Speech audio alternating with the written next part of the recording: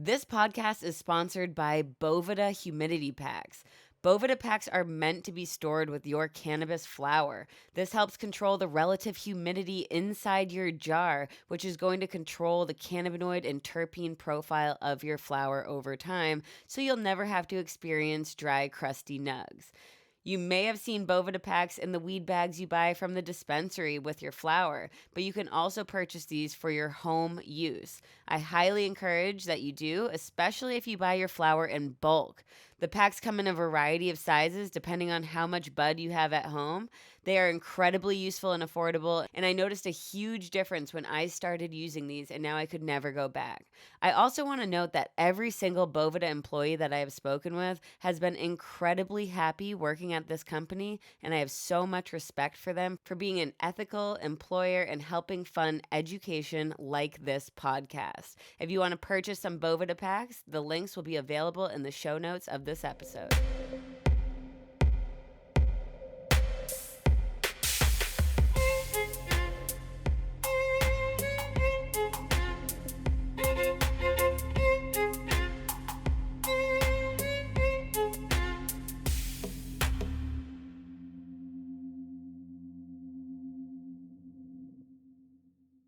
Welcome back to Bioactive. Today we have two awesome guests, Dr. Allison Justice and Ashley Manning from the Hemp Mine / the CRC, the Cannabis Research Coalition. So thank you both so much for being on the podcast today. And if you wouldn't mind just giving a little bit of background on how you guys got to the point of researching hemp and where you're at now. Yeah, thanks for having us, Riley. I'm super excited to be here. I've been following you for quite a while. I'm glad we can talk face to face. I think Ashley and I both have very different stories of how this came to be. But I think we also have a pretty cool story of how we have also recently came to be together. So I'll start on my background just a little, and then she can kind of carry it the rest of the way. Perfect. I, from South Carolina, born and bred, farming family. I've been doing a lot of ancestry work lately, and it seems as far as I can go back, we were farmers. So wait, that's so cool. Yeah, it's certainly in my blood. But went to school for horticulture. I thought for the longest time I was not going to do that. I was going to be a vet, but it drawed me right back to it. Went to Clemson, got my PhD in plant environmental science, but it was all ornamental work. So working in controlled environment ag, poinsettias, geraniums, all the pretty plants. Cool. That was the basis of my research, is using those as the host plants in the research. Did consulting for a couple of years after that, mainly in pest management, and again in ornamental crops, but started getting calls from cannabis growers because a lot of the same pests, if not almost all. And at first I was like, well, I'm way over here on the right side of the United States. Got to go to the left side to be in cannabis. But I appreciated the plan. I just didn't necessarily think it was going to be a career. Right. But, jumped in and loved it, fell in love with what could be done in research, particularly, horticultural research, technically speaking, and took a job in San Diego, and so moved out there for 3.5, 4 years, and then came back home to focus more on hemp and start my own company. So that's the Hemp Mine vertical. Do a lot of breeding. That's my passion is the science part of the plant. And you do a great job communicating that too. Like I've watched a lot of your YouTube videos, whether it's like you posting them or somebody else posting them, like you do a great job communicating it. And it's so much relevant research, which is like what our industry needs so much, is just like, how do I get better crops? How do I avoid these pathogens? Like these are the things that people really want to know. So I just want to say that's awesome. And one more question though. So did you always want to work with hemp, or have you ever wanted to work with like type 1 THC dominant cannabis? Well, when I moved to San Diego, I was working with type 1.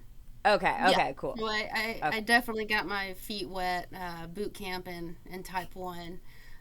We did indoor, outdoor, and greenhouse cultivation. So, yeah, Very cool. that's where I started. It was Okay. with Type 1.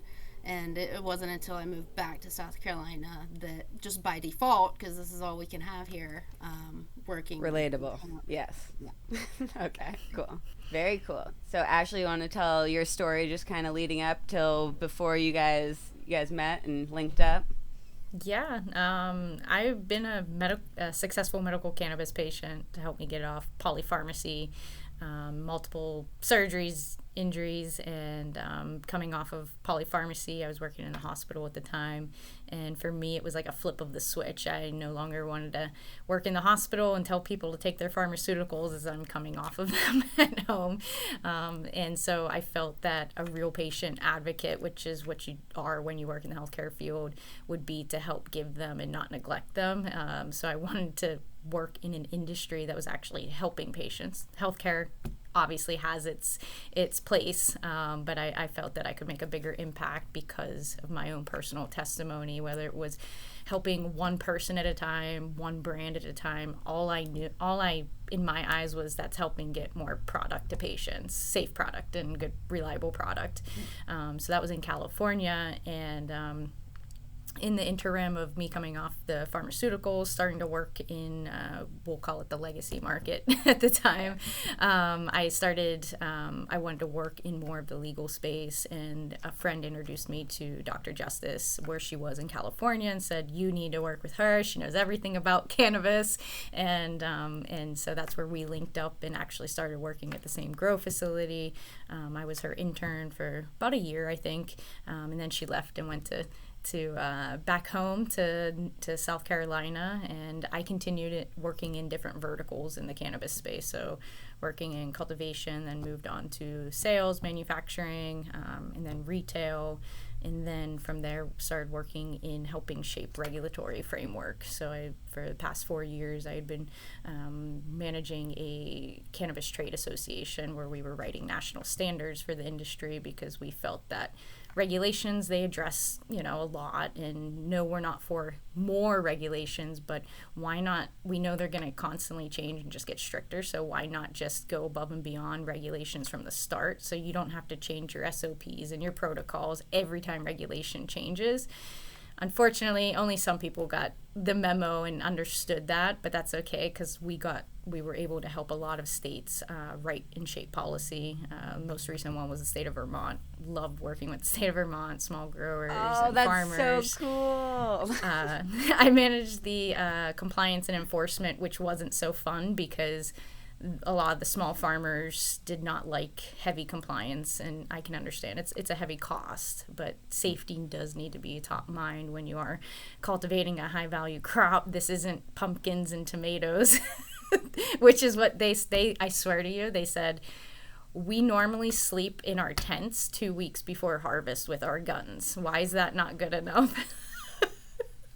I mean, it's probably effective, but yeah, I mean, not great for compliance and regulations. And also just shout out to you, because working in that space is so difficult. Just regulations and like different states, and working with, I've done just a little bit of work in New Hampshire here, and we're always fighting an uphill battle. But it's so difficult because a lot of times you are working with state legislators who are incredibly uninformed on a lot of just like the realistic portions of cannabis. And it's like, so you're doing a lot of education, and you're doing a lot of like, I don't know if you are, but like unpaid work behind the scenes of trying to get this stuff going. And it's just, It feels like it's an uphill battle all the time. But honestly, Vermont is running so well. Like, congrats on being part of that. I love working with that state. Yeah, that was, I want to give it 2 years before I really kind of make my head big from it. And with working with Vermont, I took a step back from working with the organization after our Vermont bid, and started working in media a little bit, and found that really I need to be involved and immersed in touching this plant to feel truly fulfilled. And so I actually reached out to Allison and said, hey, I need a reference for this job I'm about to get. And she's like, wait, just stop there. Why don't you come work with me finally? And so I decided to move to South Carolina, and going to be in South Carolina and California part-time, and working directly with her. I have experience running an organization, so I feel that it's a great opportunity to combine. I don't know, I'm not science, but I'm operations, organization. So Allison's brains and my brain together, we can, I think, really propel research forward from an academic standpoint, because I think that's what's really missing. We want to help current operators, because current operators need the efficiencies to be sustainable, but thinking a bigger picture, we have to start at the academic level, because these are the future growers. These are the future. We have to start, and it starts with the research, and that goes back to Allison and all of her expertise. And I mean, I'm going to let you guys also talk about the CRC and how important that is. But I love that you're kind of talking about bringing in academia and like connecting them with the industry. Because, I mean, I was part of the problem for a while, where it was like us versus them. Like, you know, academia, like we're not always trying to work with them. Maybe they just seem a little too sterile. Like, you know, we just don't want to collaborate. But as you're saying, like, those are the future researchers, those are the future legislators. Like, we need to be able to work with academia to bring legitimacy to a lot of the research happening in the cannabis space. It's so important that people are doing their own research and learning from their grow operations and the small scale experiments that they're doing. But there is a certain like rigorous standard that academia has, and it only benefits us to bring ourselves to that standard and collaborate with some of the best labs in the world with all these different tools and these brilliant researchers. Like it'll make our industry stronger and more resilient in the long run. Sustainable. Yeah. We throw that word out there so much, and I really don't think a lot of people understand what that means. Yeah. So how did the CRC come about? Was this kind of a recent thing, or has this been around for years and it's kind of started to explode a bit more? I'd say it's about a year old. Okay. I wish I could take all of the claim and fame to creating it, but I cannot. I borrowed a lot of the ideas from an organization I was part of in grad school called the Floriculture Research Association.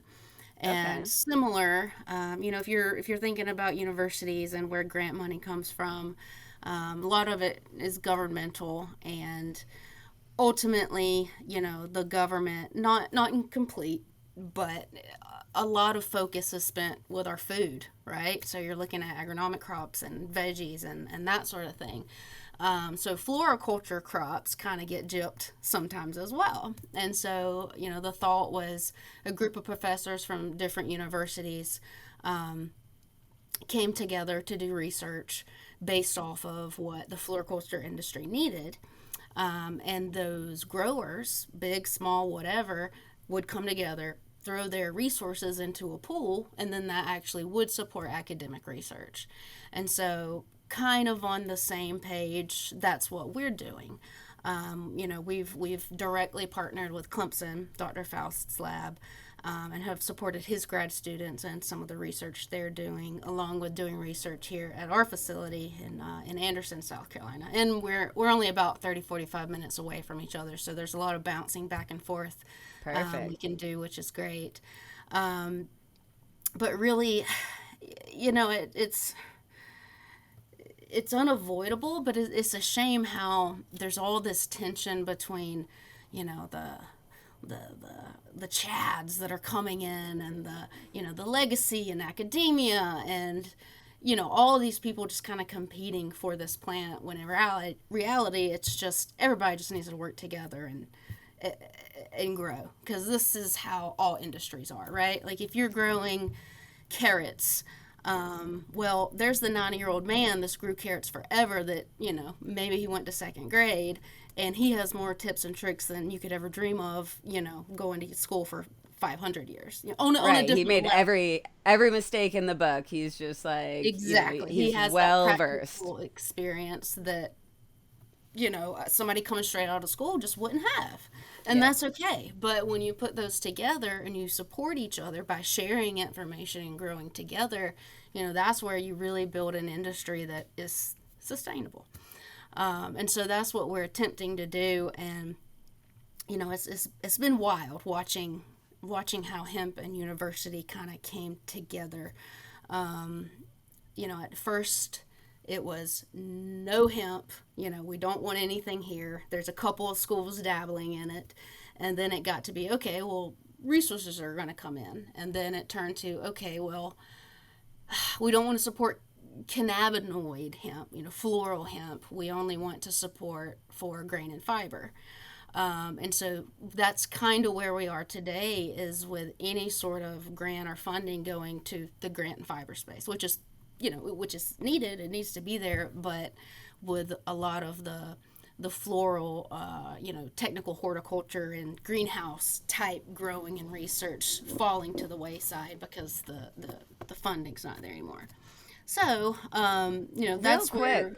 Sorry, did the 2018 Farm Bill, did that passing, did you see an impact on academia research? Was that like a flip of a switch, or, did you start to see a lot more things come out? Do you think people were preparing for that, or what did you see from your end? I wouldn't call it a flip of a switch, because even Clemson, they had to spend a year, I guess their law team had to put together the protocols that would make it safe, to grow it there. Yeah. And then you have to get all the extra security put up and extra this and extra that. So it took then a year just to get the school on board legally. And then there's all sorts of restrictions after that. And then there's some universities that still won't do it.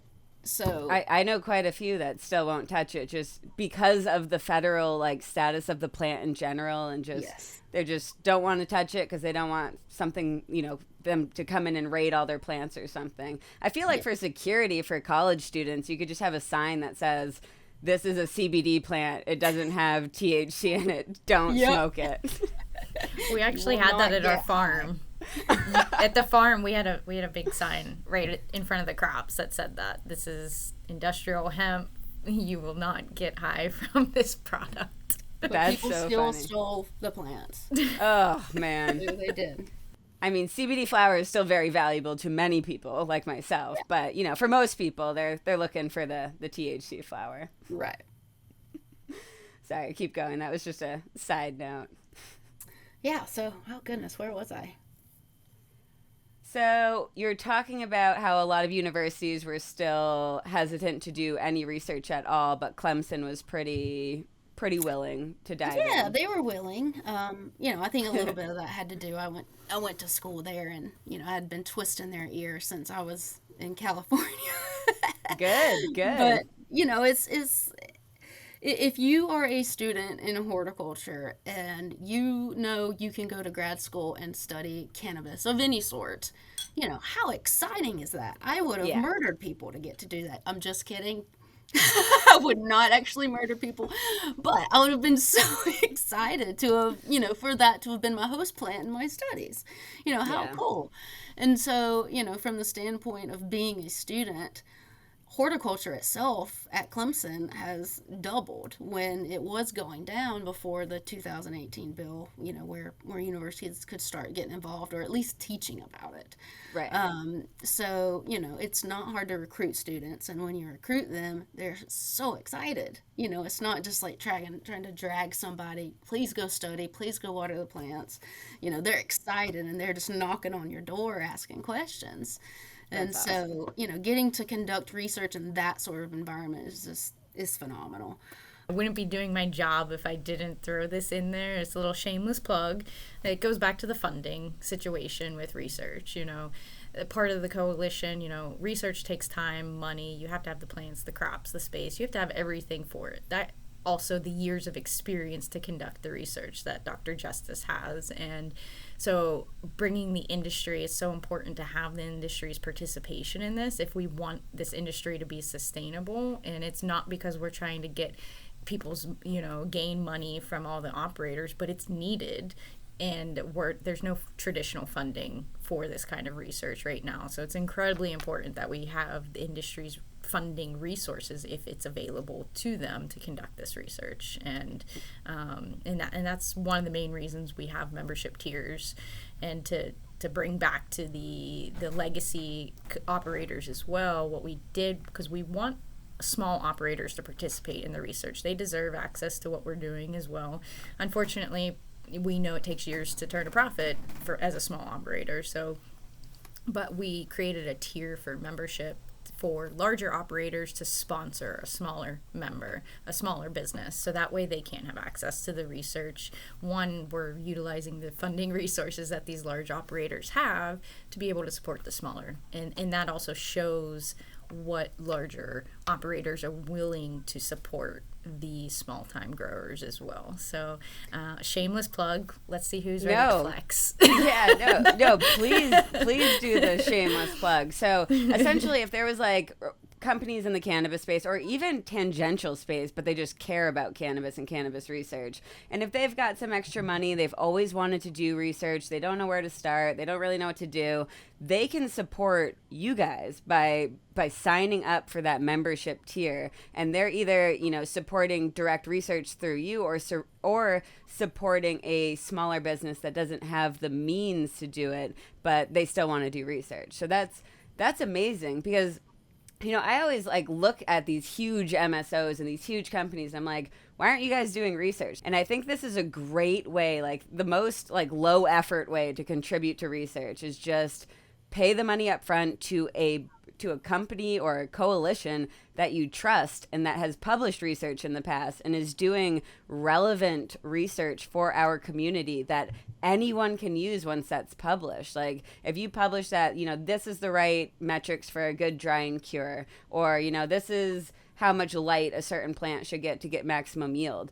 Those same MSOs can go use that data to increase their crop and make more money later down on the road. So it's really benefiting everyone. So don't feel bad about a shameless plug. You should be plugging.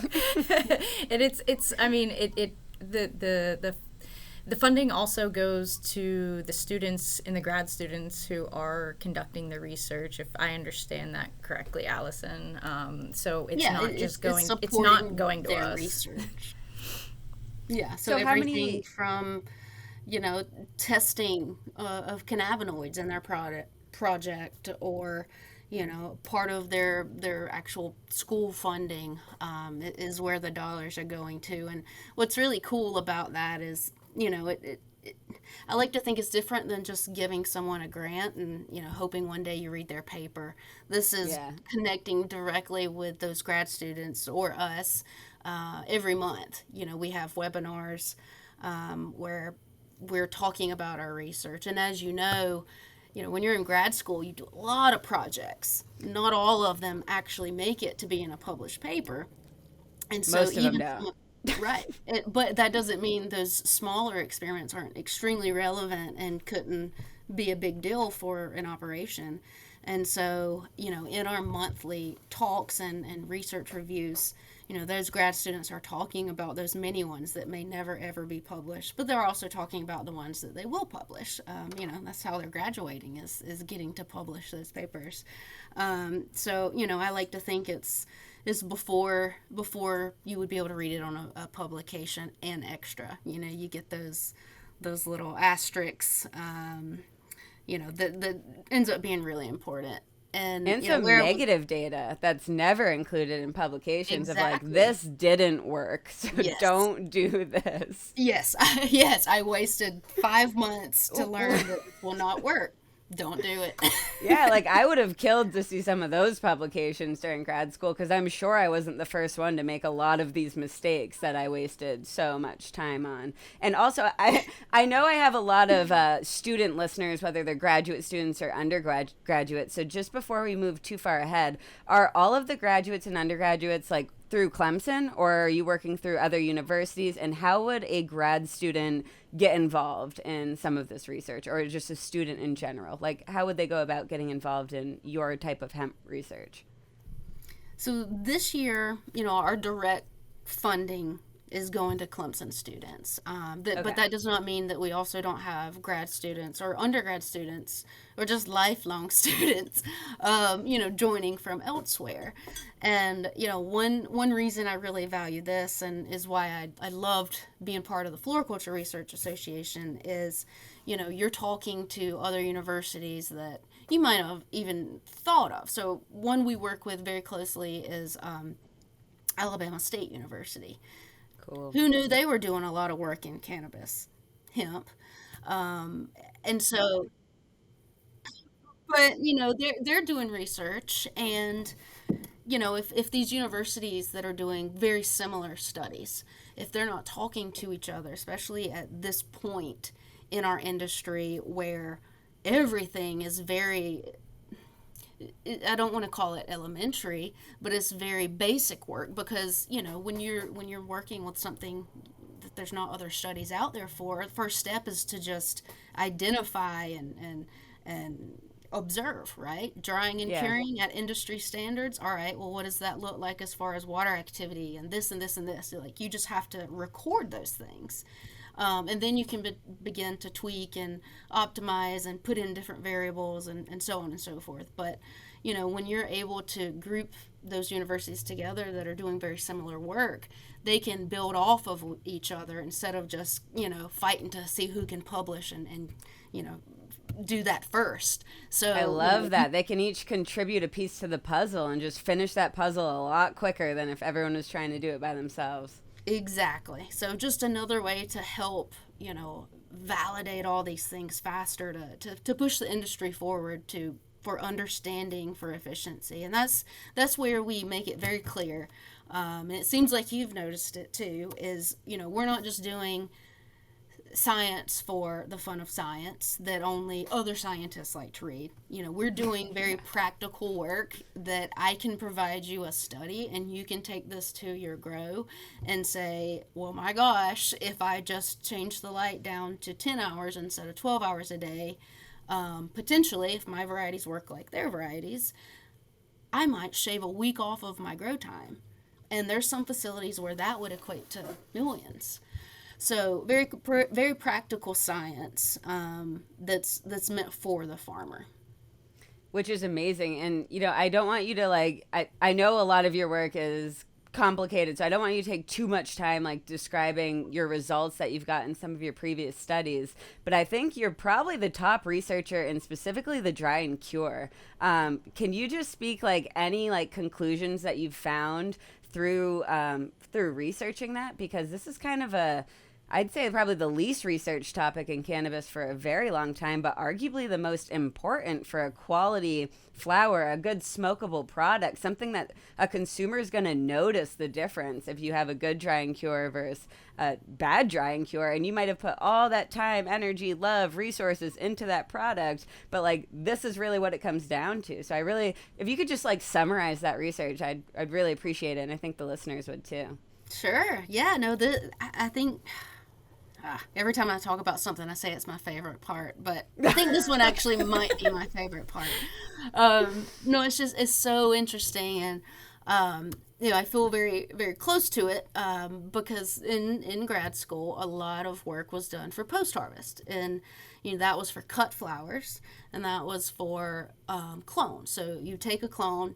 If you're growing poinsettias that's grown in Guatemala, you take an unrooted cutting and you ship that to the United States for it then to be stuck and, grown out. But neither of those are exactly like drying and curing a cannabis plant. But they're little tidbits from all that you can bring together and start to really investigate what's going on.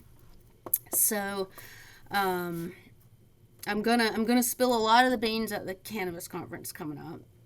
Nice. So stay tuned for that. August 15th. But in short, what we found is, I don't think anybody can deny the most important part is making sure it's safe as far as consumers, and so understanding, even though it correlates more than I ever thought I would admit at this point, snapping the stem, it correlates pretty well with having a true measurement of water activity, which is really the standard of food safety, right? Being able to drop that water until microbes cannot grow anymore. Yep.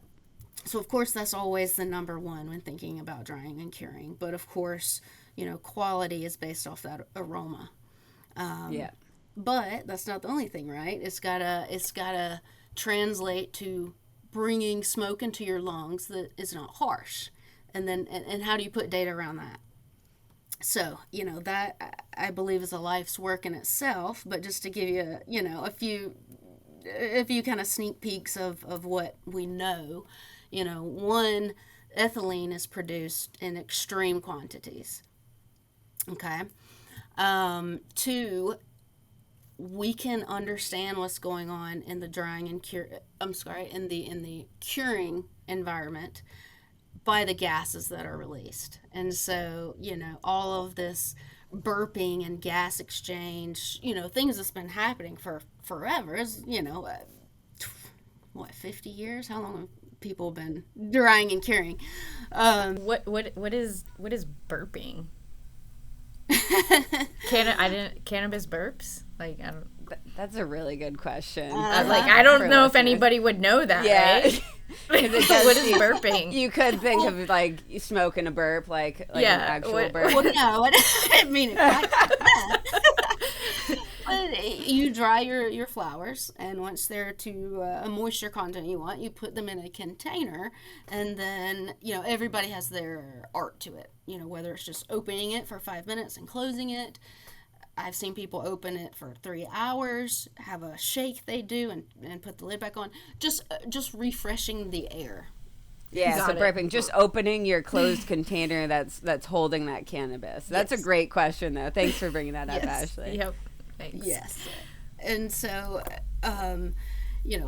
understanding the gases that are being exchanged there, really, really mimicking the plant being alive or not, and being able to put that time stamp on. Okay, well, this plant is going from breathing to respiring to breaking down. And so, like I said, everything you've got to be able to put a label on first before you can then begin to tweak it and optimize it. And so, we're still very much at that labeling phase. And if you think about it, with not being able to just say, all right, well, this is the industry standard, let's go higher and lower than this. It's almost impossible to do, because there's people that'll cure for a year, and then there's people that'll cure for 2 days. And right, so it's vastly different. So what you're doing now is you're monitoring the gases during that cure phase. So, I mean, I'm just making assumptions here, but please correct me if I'm wrong. So that maybe eventually you can use the gas signature as an indication when something's done curing, or at like a level that's optimal for curing? Yes, exactly. Cool. That's very cool. Monitoring and, CO2, O2 switches positions, and okay, it's done curing because this is happening now. Now time to just close the chamber, or that sort of thing. So right, so it's less subjective. Like, you have an actual measurement that says, okay, this is like the end of this process, or at least for some growers. Like, some other people might want to cure longer for other reasons, but this could be like the indication of essentially like, at this point you're done, do what you want after this, but you need to get to this point. Right.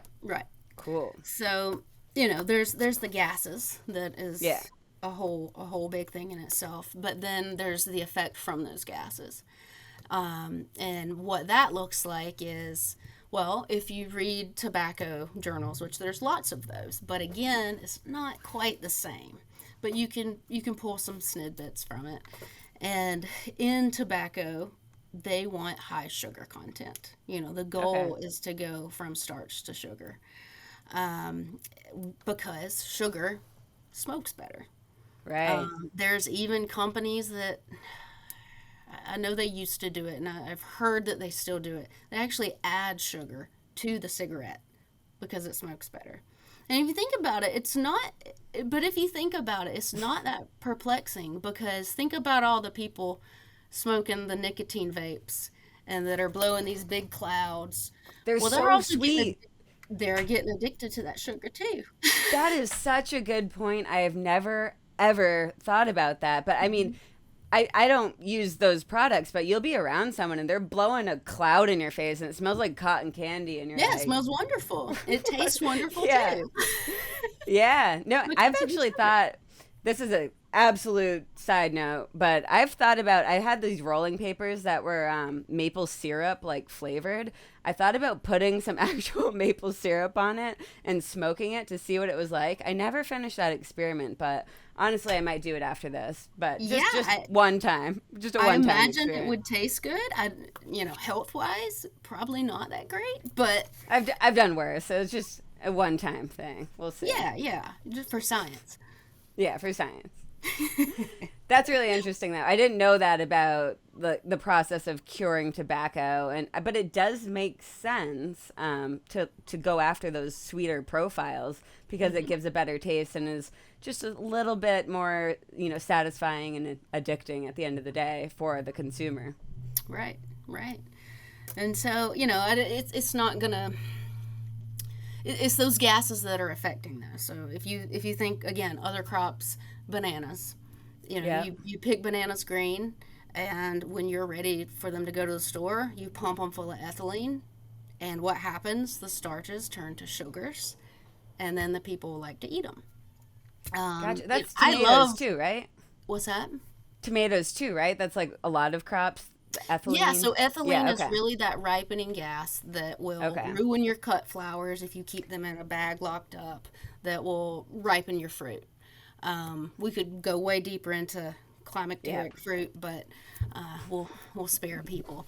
But yeah, it's really understanding all of those pieces that we've been able to pinpoint in other crops, and trying to put it together to understand this crop. And it's nice being kind of academia and kind of not, because Dr. Faust at Clemson, he can grow it and it can look great and they can do all the tests they want, but when it's time for someone to do a smoke test, they can't do it.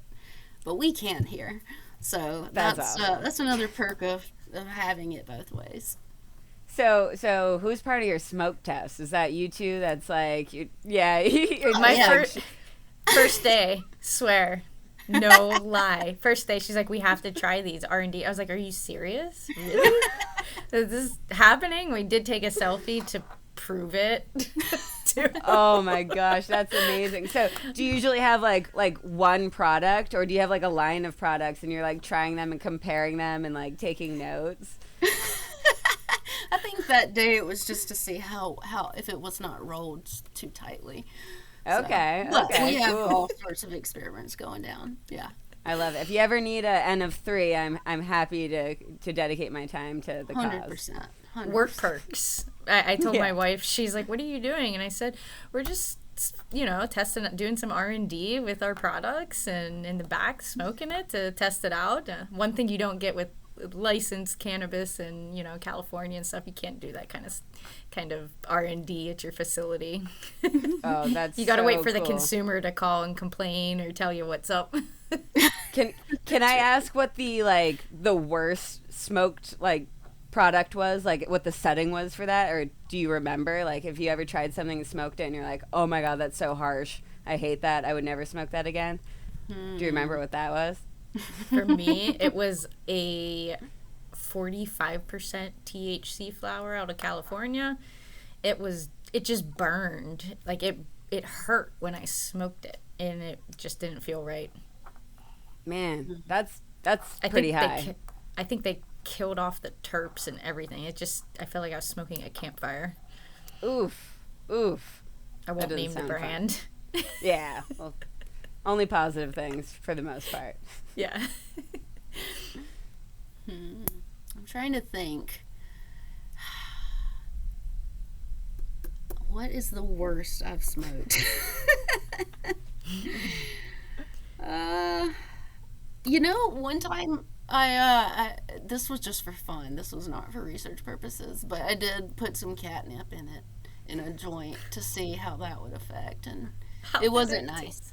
It wasn't nice. It wasn't No. nice. No.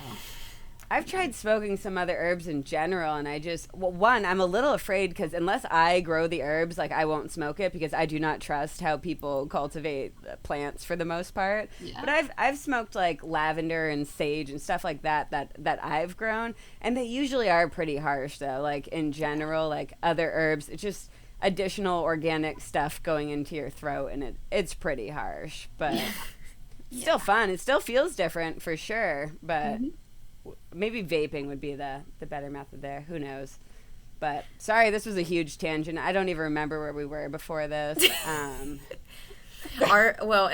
The catnip, we have a catnip joint. So at least, our joints aren't being smoked by humans, and they're not being smoked by cats. So no animal has been harmed in this making of catnip joints, but they do have some fun playing with the joints. It's like a little cat adorable. toy. Oh, that's adorable. I love that. It's the prettiest flower too. There's like little purple flowers on it, and it's super pretty. We do a bunch of herbs, and I saw that you grow Splanthys. Yeah, Splanthys. Oh, that one's one of my favorite. It's one so of my cute. favorites too. I actually, this is like another side note thing, but one of my friends has she works at a farm for autistic adults, and we together like worked with the master gardener at URI and myself, and we made this list of plants that are awesome for like sensory issues, like whether it's touch or smell or taste, and Splanthys was one of them, and it tends to be the favorite plant because the feedback is crazy. And for listeners who don't know, when you eat the Splanthys, it turns your mouth numb, and it was called the toothache plant because traditional uses of this plant were to numb your mouth if you did have a toothache or some other like oral issue. So I think that is so cool that you grow other plants too, because once your love starts with cannabis, it just explodes. I have to add it on the buzz button. Splanthys, toothache plant. It is also, we found, Dr. Justice found it, good for erectile dysfunction. It's a natural remedy for erectile dysfunction. I didn't know that. The leaves? Like an extract of the leaves? Of everything. Of everything. Yeah. Really? So I was looking up how to extract it because I wanted to make some things with it. Yeah. And just rolled across a journal where, medical journals are not my forte, so you'll have to look at it and tell me your thoughts. But basically it increases testosterone, which then reduces ED. And like they were having pretty stellar results. I don't know. I want you to read it and tell me, Oh, I will. Literally today. But wow. It was pretty wild. That's why adults are so drawn to it, I think, on the sensory side. Yeah, maybe I should reevaluate. That's probably not the best thing for that case. So, okay. Maybe I need to read more before I make sensory gardens. Sounds kind of fun, though, too, to be honest. We'll keep it PG-13, but... I know, right? Oh, my God. That is too fun. I can't wait to call my friend after this. Yeah. It'd be a fun experiment to try. Here, eat 5 of these and let us know what happens. Have some fun. Yeah, take this home. Good luck. Oh, man. That's cool. So you grow Splanthys. I bought a plant from you. What did I buy from you? You got Kratom, right? No, it wasn't Kratom.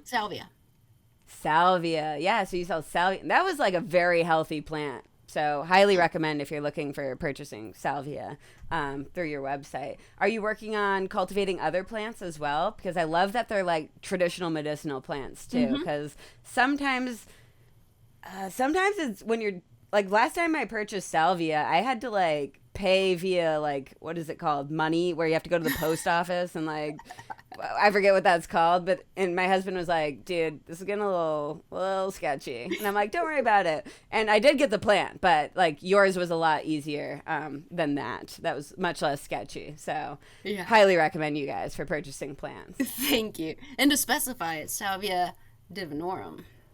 Yes. Thank you for that. Yeah. No, we do that one. We do that one. We do lemon balm. Got quite a few phenos of catnip. We definitely breed and hunt that one along with our cats. Um, let's see, what else do we have? Oh gosh, those are the big crops this year. Cool. We're gonna make some different salve and tinctures with CBD with other medicinal herbs. Yeah, cool. And release that as a different line. Can you say Cool. it? Can I you think share what it is? so. Are you allowed yet? Dr. J's elixirs.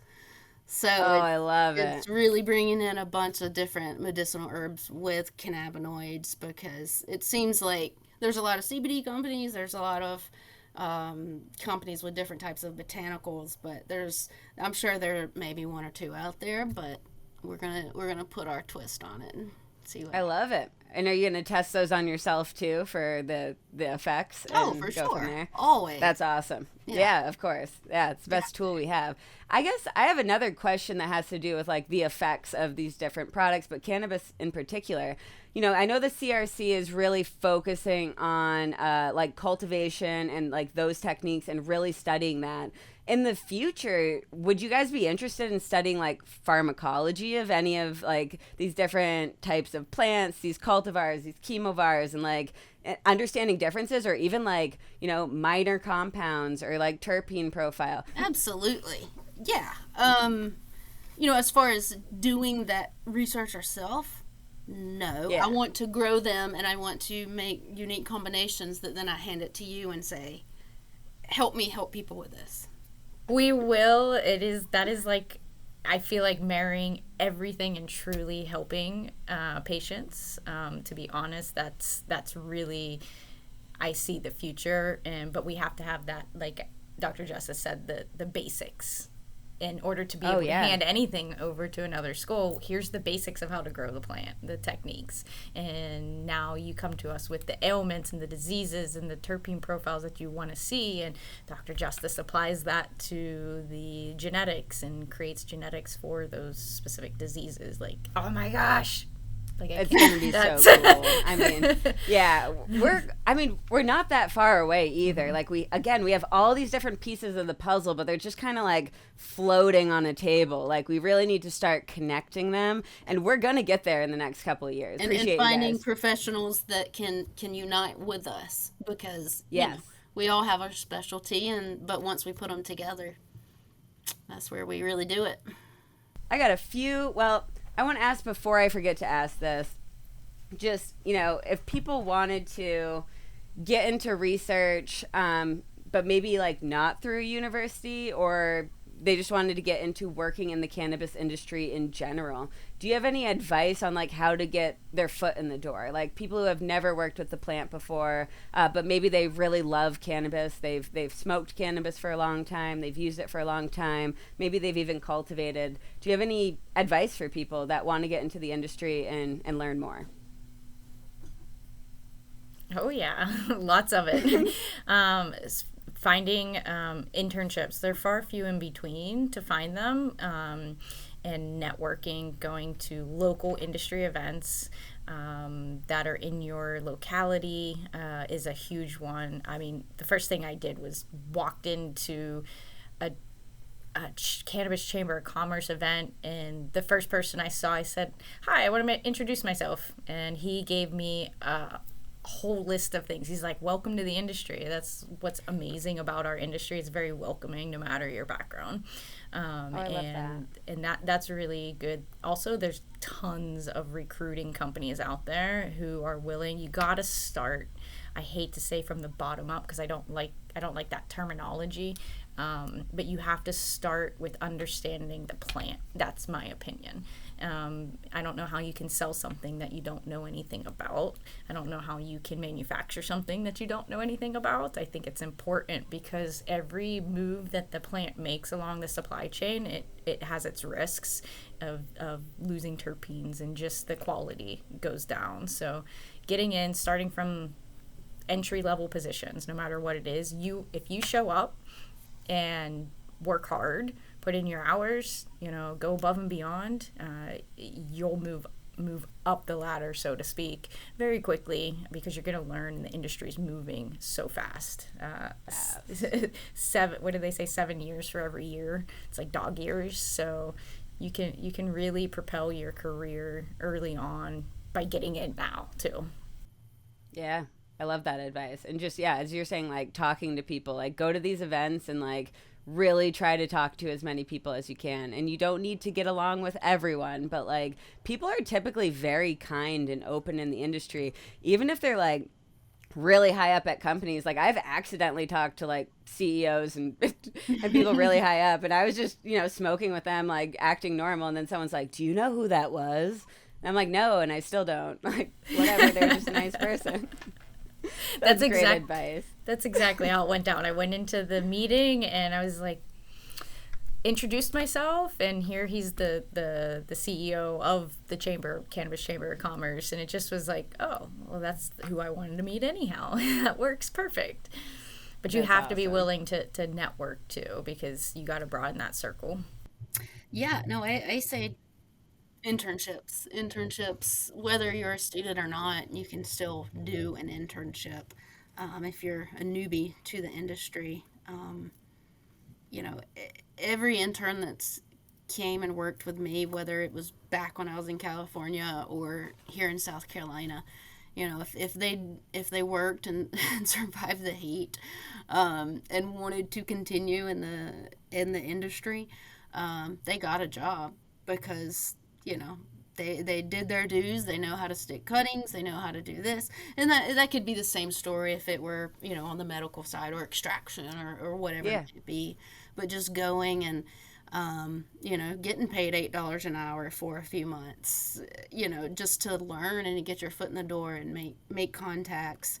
And then you would be surprised how the doors just open up because you've impressed one person, right? And you've learned the basics. So, you know, one thing we're going to do with the CRC is have a page where, whether it's students looking for internships or vice versa, you know, just somewhere that different types of internships could happen. You know, maybe it's just, well, this hemp farmer needs help for a month in, you know, October, or, you know, this extraction company, you know, they're taking 40 acres down up in Michigan this coming fall and they need help. I mean, you know, you might be working really hard, but this is invaluable knowledge. So, very cool. Thank you both for that. Yeah. So internships is the answer, or at least one of them, at least a good answer. So I know that the cannabis industry in general and just consumers in general really, really care about the terp profile of their product, right? So during the curing process, or the drying and curing process, are you seeing huge changes in that terpene profile? And do you see it, like, at least when we did smoke research, what we saw is essentially like the second you introduce heat or fire, a lot of those monoterps are immediately gone, and those heavier terpenes like the sesquiterpenes, beta-caryophyllene, humulene, they're kind of sticking around in higher amounts. Do you see something similar during the curing process where like the smaller terps are leaving quicker and the heavier terps are kind of sticking around? Or do you see any other trends that you've noticed? Yeah, that absolutely happens, and it's all about the extreme of the environment it's in.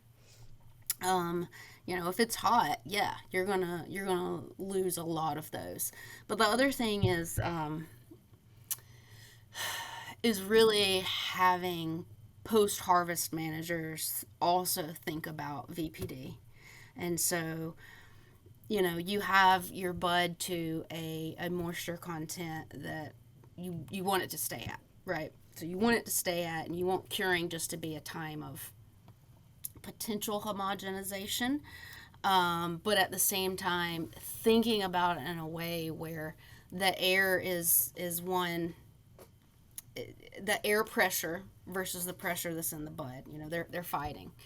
And it changes depending on the temperature, right? So the temperature and humidity. And so if you've got an environment that the bud is releasing more, then yeah, you're gonna release a lot of that. But then the other thing that I've noticed in hemp a lot more than marijuana, just because people tend to, it's less expensive and you make mistakes. You allow mistakes more. And so, if you're drying in a barn and it's hot, it completely dries in 3 days, but then it rains and it re-wettens. That up and down causes the plant to turn brown like that. And, what I've been doing of lately is trying to understand the mechanics around that. And does that up and down of VPD, basically, is that mechanically damaging those trichomes that allow kind of what you're talking about, where certain things are escaping easier than others. And so I think there's a big piece to, I'm lacking the better word, but the structure of the trichome being injured due to this up and down, due to an environment that's not perfect to keep it as is. It loses a lot more than you would imagine. Interesting. So like for a home grower, would you recommend that they keep it in a closed vessel rather than something that has a lot of changes in the humidity and the temperature and all these different factors? Yes, absolutely. Once you've hit that level that you want to keep it at, put it in a ball jar, put it in a turkey bag, something where there's not ups and downs, because the plant, that is the first thing that will cause it to have no nose, like you're saying. You're losing certain terpenes, and also to turn brown. On top of UV damage, but that one's kind of easy to avoid. So thank you for that. Do you guys, I want you to definitely let all the listeners know where to learn more from you guys, where to follow you on social media, any other shout outs or information that you want to get out to people to get involved or just follow on your journey. Like, feel free to plug yourself as much as you want right now. Yeah, you can follow us on LinkedIn, Cannabis Research Coalition. You can find us on Instagram, Cannabis Research Coalition. And you can also reach our website at cannabisrc.org. And you can see all our benefits. You can reach out directly. There's a contact us form, and I will get back to you within 24 hours. Yeah, and I like to share little sneak peeks of what I'm doing on the research side at my personal Instagram. It's dr for Dr.justice_grows. Love it. Cool. I'm sure people will follow you. And again, thank you so much for taking the time to be on here. Appreciate everything you're doing for the industry and really bringing everyone together. That's a lot of work, and it's much appreciated from everyone on the other end. Awesome. Well, thank you for having us, and look forward to see what we do in the future. All right. Thanks for joining. I hope everyone has something fun to look forward to this weekend. I am so excited to go to the Lancaster Fair, pet some animals, eat some awesome food. Really looking forward to that. Next week, we're going to be back talking about a medicinal plant that may be getting ready to harvest in your area. Yeah, we're talking about elderberry, including where to find it, how to find it, and the science of why it's good for you. Also, thank you to everyone who has left a review for this podcast on Apple and Spotify. Really appreciate it. Also, anyone who subscribed to the YouTube channel, and of course, the awesome Patreon community. Mad love, and we will see you next Friday.